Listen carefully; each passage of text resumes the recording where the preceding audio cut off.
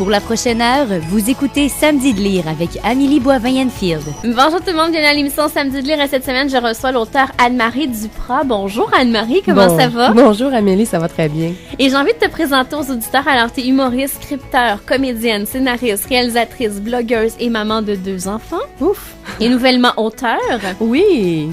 Alors, et depuis 2012, t'es la moitié du duo humoristique Les Ailés avec Annie Deschamps. Oui! Qui est comme ta sœur cosmique. Oui, c'est vraiment mon âme sœur cosmique, disons. Et comment c'est venu l'idée de vouloir fonder un duo? Parce que t'es allée quand même à l'École nationale de l'humour en 1996. Oui, ça me rajeunit pas, ça. Mais de faire ça en duo? En fait, l'idée, est pas venue de nous, est venue d'en haut, pas de Dieu, mais de la vie. Oui, en fait, c'est que j'avais fait un spectacle en 2012, je pense, et Annie était sur le même spectacle que moi, mais moi, comme je jouais plus tard, j'étais arrivée plus tard, j'avais pas vu Annie, j'avais déjà entendu parler d'elle, mais je l'avais jamais vue en spectacle. Puis elle m'a vue, puis après le spectacle, elle est venue me voir, puis elle m'a dit « Allô, moi je m'appelle Annie Deschamps, je veux juste te dire, je te trouvais super bonne, puis j'aimerais ça écrire pour toi, même si tu me payes pas, moi je veux écrire pour toi un jour. » J'ai fait « Ah, OK, cool. » Puis j'ai comme mis ça dans un petit tiroir de ma mémoire, puis 2-3 mois après, je me suis dit « Ah, ça pourrait être le fun d'écrire avec une autre fille, parce que j'avais jamais écrit avec qui que ce soit d'autre avant. » Puis j'y ai lâché un coup de fil, on s'est mis à essayer d'écrire ensemble, puis à un moment donné, j'ai dit « Dans le fond, pourquoi que tant qu'à travailler ensemble, on ne travaillerait pas carrément ensemble, ça n'existe pas, il n'y en a pas de duo de filles. On vit des réalités qui sont quand même similaires, parce qu'elle a des enfants, moi aussi, mais d'un côté très différent, parce que moi, j'étais monoparentale, elle est encore avec son mari. J'ai dit, il me semble qu'on pourrait amener quelque chose de nouveau qui n'existe pas. On va essayer juste pour voir. Puis la chimie a tellement opéré qu'on s'est jamais lâché. Puis maintenant, elle fait partie de tous mes projets. Puis je suis vraiment, vraiment, vraiment très privilégiée de pouvoir travailler avec elle. Ça fait 2 ans, mais j'espère travailler vraiment toute ma vie. C'est ma femme, dans le fond. Et tu as eu une vie amoureuse assez mouvementée qui t'a emmené à créer un blog qui s'appelle Ma vie amoureuse de merde. Oui. Et blog qui t'a emmené à écrire un livre, finalement. Oui, en fait, c'est le blog est parti spontanément après une rupture épique où je me suis levée un matin, je l'explique aussi dans le livre, avec une espèce de profond besoin d'agir sur cette émotion-là que je vivais par rapport à cette rupture-là. Tu sais, il y en a qui font plus mal que d'autres, mais il y en a aussi des fois qui sont celles de trop. Puis celle-là était vraiment de trop. C'est celle qui allait m'achever, je pense, là, qui allait vraiment tuer le peu d'espoir qui me restait dans l'amour. Puis je me suis dit, là, je veux pas m'en aller vers ça, mais il faut que ça sorte de moi, ça. Puis tout le monde me disait toujours que j'ai une façon vraiment drôle et originale de parler de mes déboires amoureux, puis qu'ils aimeraient ça ou bien les lire, ou bien que ce soit porté à l'écran, ou quelque chose comme ça. Puis je me suis dit, tiens, ce matin, ce que je vais faire, c'est que je vais envoyer ça sur mon clavier, on va voir ce que ça donne. J'ai envoyé ça à des amis, puis j'en ai écrit un autre, puis un autre. Les gens redemandaient. Puis finalement, j'ai continué à écrire comme ça, puis ça me faisait vraiment beaucoup de bien d'avoir des gens aussi qui se reconnaissaient dans mes textes. Puis j'ai eu la chance d'avoir les Éditions de l'Homme qui m'ont approché pour me dire « On aime vraiment ce que tu fais, ce que tu écris.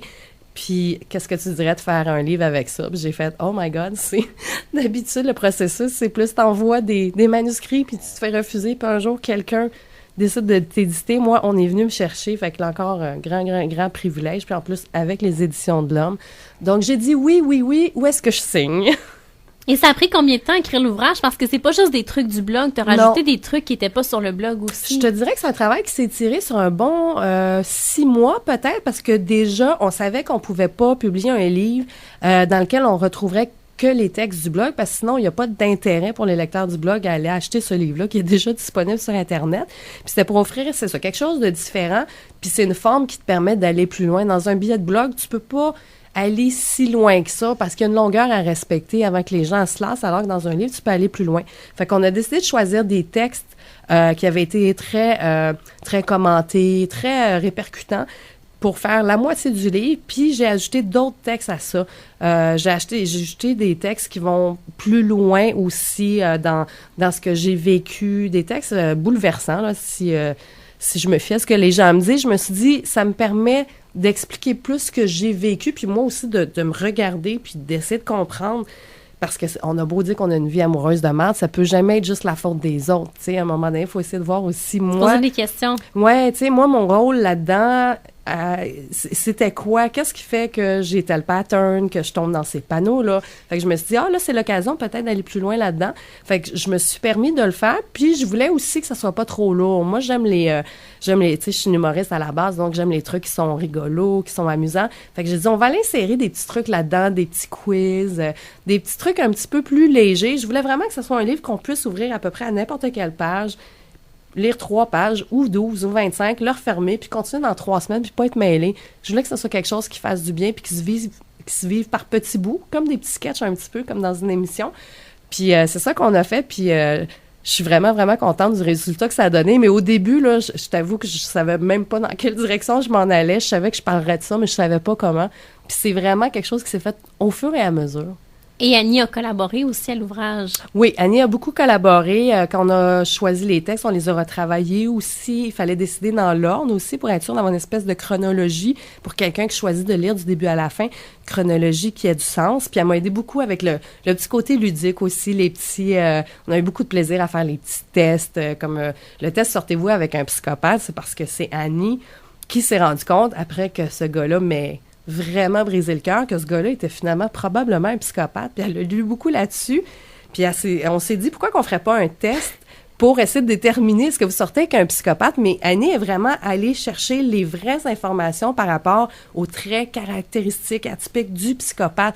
Donc, c'est un test qu'on trouve. C'est sûr que c'est drôle, là, juste le titre est drôle, mais c'est des vraies informations aussi qui sont là-dedans. Fait qu'on s'est dit, on va faire rire, mais en même temps, ça va peut-être mettre la puce à l'oreille à quelques filles ou peut-être même gars, là, parce que l'inverse est possible.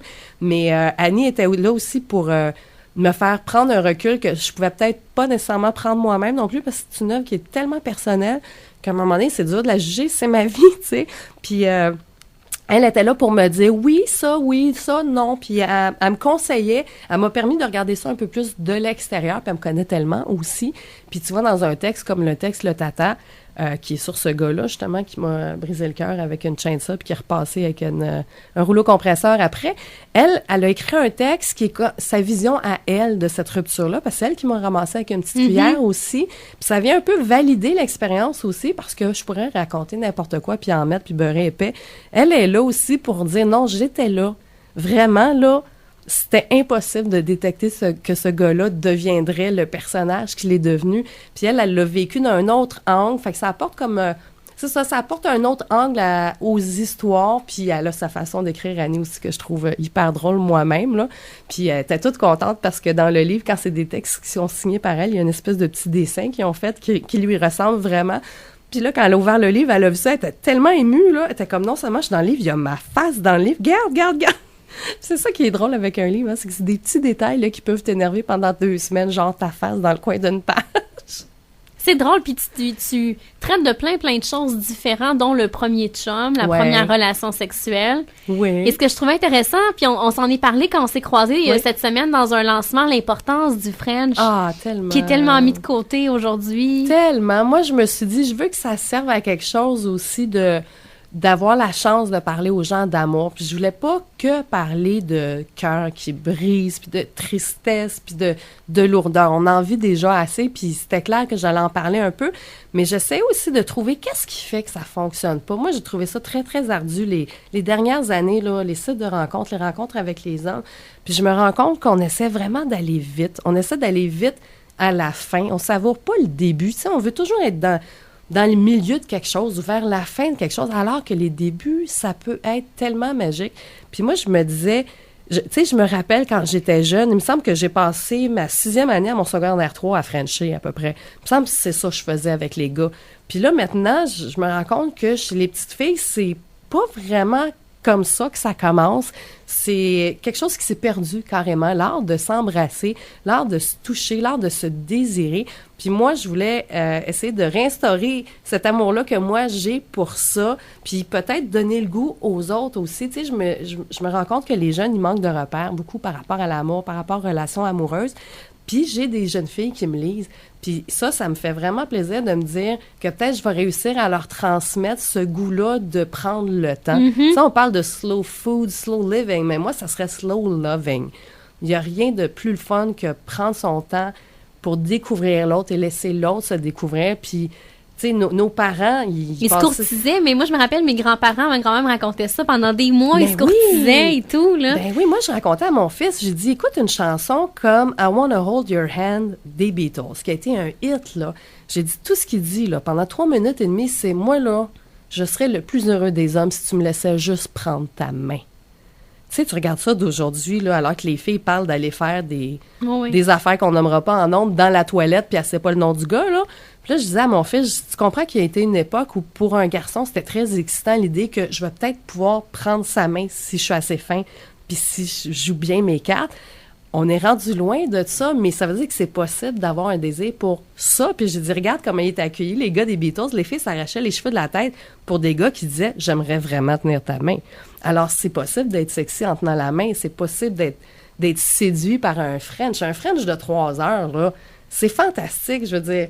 Moi, en tout cas, j'ai déjà vu... Tu sais, il y a des French dont je vais me souvenir toute ma vie. C'est même prouvé, je le dis dans le livre, que la plupart des gens se rappellent de façon beaucoup plus vive de leur premier French kiss, mais beaucoup plus vive que leur première relation sexuelle. Et pourtant, si on pense aux deux expériences, il y en a une qui devrait être plus marquante dans ta vie que l'autre, ben non, apparemment, c'est le French. Fait que déjà, moi, je trouve que c'est une belle preuve de l'importance du French. Et moi, je veux réinstaurer le French. On essaie de préserver la langue française, mais il faut aussi préserver le French. C'est une question de langue, les deux, mais je vais me battre pour ma langue. Mais je suis d'accord avec toi, puis c'est vrai que c'est important, puis je pense que c'est important que les jeunes d'aujourd'hui lisent ça. Oui, mais en plus, c'est que le French, c'est pas pour rien que ça existe, le French. C'est que quand on embrasse quelqu'un d'autre, c'est nos corps qui sont en train de se transmettre des données, qui sont en train de valider la compatibilité de nos deux êtres au niveau de la reproduction, au niveau de... Tu sais, il y a les phéromones aussi qui vont nous attirer ou complètement nous repousser de quelqu'un.